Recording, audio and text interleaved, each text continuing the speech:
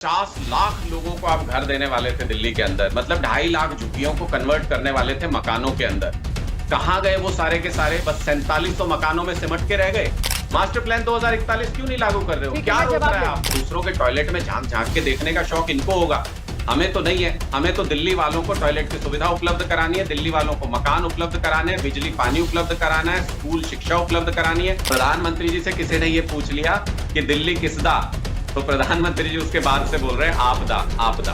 BJP से प्रदीप भंडारी जी बहुत smart है इस मामले में, उनको पता है कि मुद्दों के ऊपर वो बात करेंगे तो वो कहीं नहीं टिकते, भारतीय जनता पार्टी कहीं नहीं टिकती, इसलिए वो नॉन इश्यूज पे बार बार इस इलेक्शन को लेकर के जाना चाहेंगे और मैं वापस उनको घुमा के इश्यूज के ऊपर लेके आऊंगा। ऐसा एक डॉक्यूमेंट टाइप कुछ छपा था 2020 में, याद है आपको? आज प्रधानमंत्री जी बड़ी बड़ी बातें करके गए, इसमें लिखा हुआ है 50 लाख लोगों को आप घर देने वाले थे दिल्ली के अंदर, मतलब 2.5 लाख झुग्गियों को कन्वर्ट करने वाले थे मकानों के अंदर। कहां गए वो सारे के सारे? बस 4700 मकानों में सिमट के रह गए। दिल्ली देहात के लोगों को आप उनके प्रॉपर्टी राइट देने वाले थे, जो उनकी प्रॉपर्टी है उसका उनको ओनरशिप देने वाले थे, वो कहां गया वो वादा? दिल्ली सरकार ने 2017 के अंदर 74(4) को, सेक्शन 81 और सेक्शन 33 को खत्म करने के लिए रेजोल्यूशन पास करके 2017 से भेजा हुआ है आपके पास। कहां गया वो? क्यों नहीं उसको अभी तक इंप्लीमेंट किया जा सका?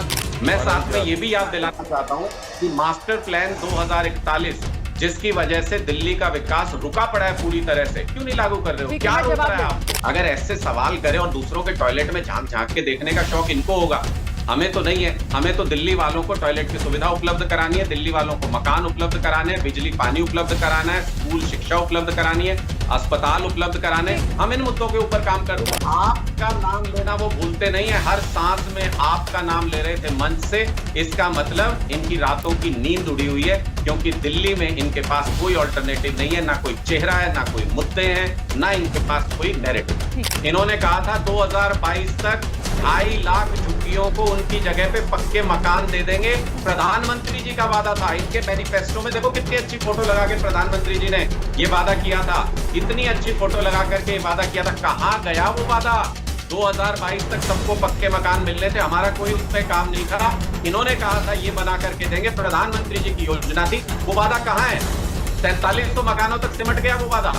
जो खुद करना है वो काम नहीं सकते, लैंड इनके जिम्मे है, पूरे दिल्ली के अंदर लैंड के सारे डिसीजन इनके जिम्मे हैं। मास्टर प्लान 2041 क्यों नहीं लागू हो रहा, नोटिफाई क्यों नहीं हो रहा, क्यों नहीं बताते? देखिए, सबसे पहले तो मैं ये बता दूं कि अगर कांग्रेस की हमारी जो सहयोगी प्रवक्ता है, अगर उनको ये लगता हो कि ये माफी मांगेंगे रमेश पिदूरी जी के बयान पे, तो आप भूल जाइए उसको। ये मालाएं पहनाएंगे, उनका स्वागत करेंगे। इनकी आदत है, बलात्कारियों को इनकी आदत है इस तरीके से महिलाओं के प्रति गलत शब्दों का इस्तेमाल करने वालों को ये सम्मान करते हैं। जो संसद में यही व्यक्ति थे जिन्होंने उग्रवादी बोला, गालियां दी दूसरे सहयोगी को, लेकिन इन्होंने उनका सम्मान किया। तो ये तो भारतीय जनता पार्टी का चरित्र है, इसमें आप मत जाइए।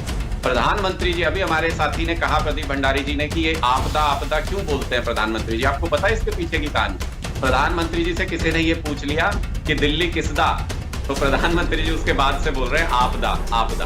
हम अग्नि परीक्षा पास करके निकले, पीएमएलए एक्ट में सारे नेताओं को जमानत मिली है, इसका मतलब इनके पास चवन्नी का भी सबूत नहीं है। पहले से भी ज्यादा निखर गए हैं।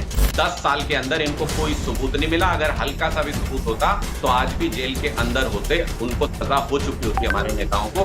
किसी को आज तक सजा नहीं दे पाए। 200 केसेस इन्होंने फाइल की, 400 फाइलें इन्होंने चेक की, एलजी साहब ने, कुछ नहीं निकला उनके अंदर।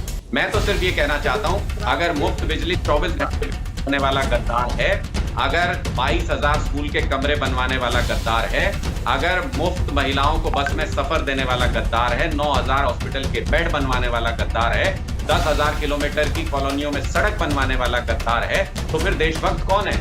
उस पार्टी के लोग देशभक्त हैं क्या, जो ताबूतों में भी, जो शहीदों के ताबूतों में भी पैसे लेते थे? उस पार्टी के नेता देशभक्त हैं क्या, जो कैश गिनते हुए जिनके अध्यक्ष पकड़े गए थे? क्या वो देशभक्त हैं, जो आईएसआई को बुलाते हैं देश में जांच कराने के लिए? कैसी बातें करते हैं? क्यों रागी जी आप बीजेपी की आइडियोलॉजी को अननेसेसरी पुश करते हैं और फिर अपने नाम के आगे विश्लेषक लिख लेते हैं? बीजेपी की आइडियोलॉजी को ओपनली पुश करते हैं आप बैलेंस होके तो बात कीजिए किसी बात पे। आप बैलेंस होके तो बताइए दोनों की अच्छाइयां और बुराइयां। गद्दार गद्दार गद्दार का क्या मतलब है? चुने हुए मुख्यमंत्री एक प्रदेश के रह चुके हैं, एक पार्टी के राष्ट्रीय संयोजक हैं, आप गद्दार कहेंगे उनको?